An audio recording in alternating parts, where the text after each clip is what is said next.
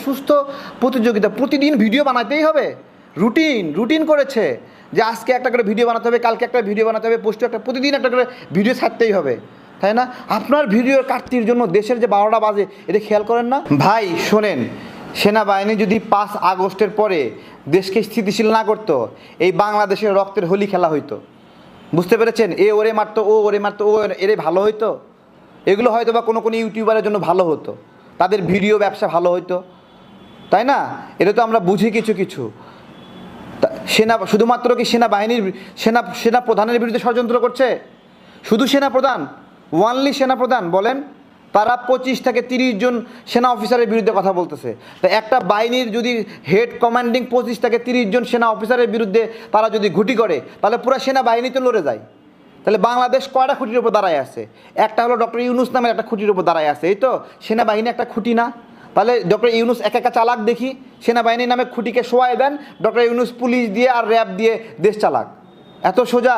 এই যে দেশকে অস্থিতিশীল করার একটা ষড়যন্ত্র, এই ষড়যন্ত্রগুলো আমাদেরকে বুঝতে হবে। এখানে আমাদেরকে বলছিল তো যে আপনার বাইতুল মোকাররমের সামনে যান, সেনাবাহিনীর বিরুদ্ধে মিছিল করেন। আমরা করিনি, আমরা বিভিন্ন সময় তাদের কথা পরামর্শ অনুযায়ী কাজ করছি, কিন্তু আমাদের মাথায় তো কিন্তু স্বতন্ত্র বুদ্ধি আছে। আমরা বললেই পাগলের মতো লাফায় সেনাবাহিনীর বিরুদ্ধে গিয়ে প্রোগ্রাম করবো নাকি?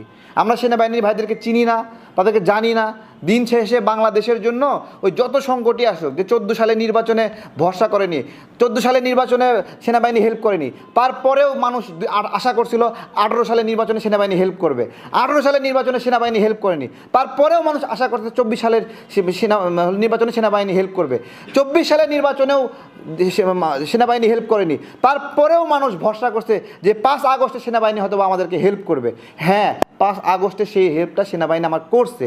বাংলাদেশ সেনাবাহিনী বিভিন্ন সময় বিভিন্ন প্রেক্ষিতে রাজনৈতিক কারণে অনেক চাপে থেকে অনেক সিদ্ধান্ত নেয়নি, তারপরেও বাংলাদেশের মানুষ সেনাবাহিনীকেই বেশি বিশ্বাস করে, কোনো ইউটিউবারকে বিশ্বাস করবে না। এত সোজা না। এই বিশ্বাস, সেনাবাহিনীর প্রতি যে বিশ্বাস, এটা একদিনে তৈরি হয়নি, তিলে তিলে তৈরি হয়েছে। এই সেনাবাহিনী তো বাইরে থেকে ভাড়া করে আনা কেউ না। এই সেনাবাহিনী আমারই চাচাতো ভাই, আমারই মামাতো ভাই, আমারই খালাতো হবে, তারা বাংলাদেশের সন্তান। ওই ইচ্ছা করলেই তারা এখান থেকে বিদেশে চলে যাবে এইরকম না। তারা এই দেশেই আছে, এই দেশের হয়েই কাজ করবে, এই দেশেরই তারা চাকর, সার্ভিস দিচ্ছে, দেশের কামলা হিসেবে কাজ করতেছে। তাদেরকে ইচ্ছা করলেই মিস ইউজ করবেন, এত সহজ না। যেই ষড়যন্ত্রটা করছে যে বাংলাদেশকে গণতন্ত্রহীন অবস্থায় রাখবে, বিদেশি শক্তিরা কি চায়? এখানে গণতন্ত্র চায় না। এখানে গণতন্ত্র হইলে এটাকে ইচ্ছা মতো ব্যবহার করতে পারবে না। ডেমোক্রেটিক পলিসি থাকলে আমেরিকা ইচ্ছা করলেই তলে ঘুটি করতে পারবে না। হ্যাঁ, পশ্চিমারা ইচ্ছা করলে ঘুটি করতে পারবে না, কারণ সংসদের কাছে দায়বদ্ধ হতে হয়, সংসদের কাছে থ্রো করতে হয়। এখন যেরকম ডক্টর ইউনূস নিজে রাজি হয়ে করিডোর দেওয়ার সিদ্ধান্ত নিছে, ওটা জাতীয় সংসদ এটা পারে না, ওটা হাসিনা দীর্ঘদিন করতে পারে নাই। হ্যাঁ, বন্ধ দিতে পারে না, চাইছে না সেটা পরের বিষয়, দিতে পারে নাই, কোনো দিন দিতে পারে নাই, কারণ পুরা সংসদ কখনো একমত হয় না দেশের বিরুদ্ধে, পুরা সংসদ কখনো বিক্রি হয় না।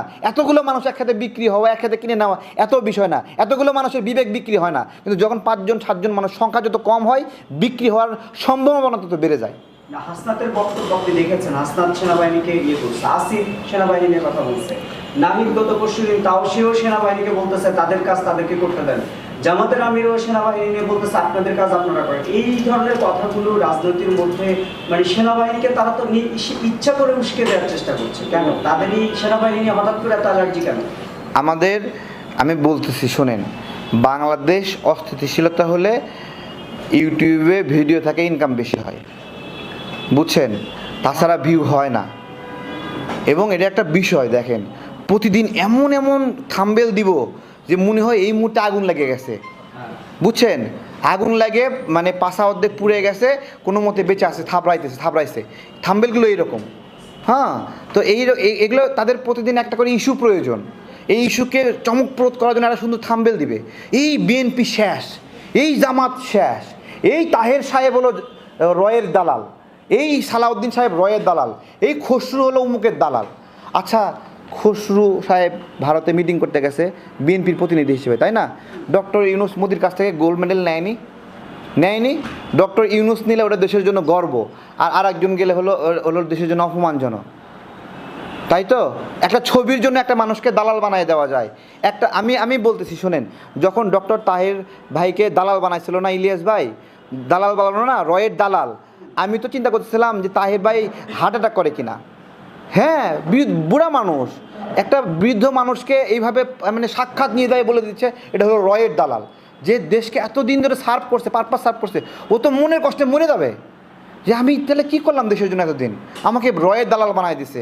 একটা মানুষকে ইচ্ছা করলে এইভাবে অসম্মান করা যায়?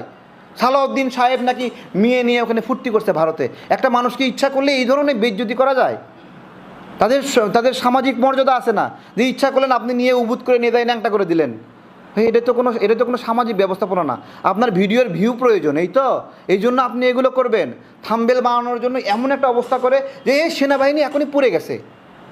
কি একটা অবস্থা, এই অসুস্থ প্রতিযোগিতা, প্রতিদিন ভিডিও বানাতেই হবে, রুটিন করেছে যে আজকে একটা করে ভিডিও বানাতে হবে, কালকে একটা ভিডিও বানাতে হবে, পোস্টে একটা, প্রতিদিন একটা করে ভিডিও ছাড়তেই হবে, তাই না? আপনার ভিডিওর কাটতির জন্য দেশের যে 12টা বাজে, এটা খেয়াল করেন না? কালকে সালাউদ্দিন সাহেব হেফাজতের প্রোগ্রামে গিয়েছে, সেখানেও তাকে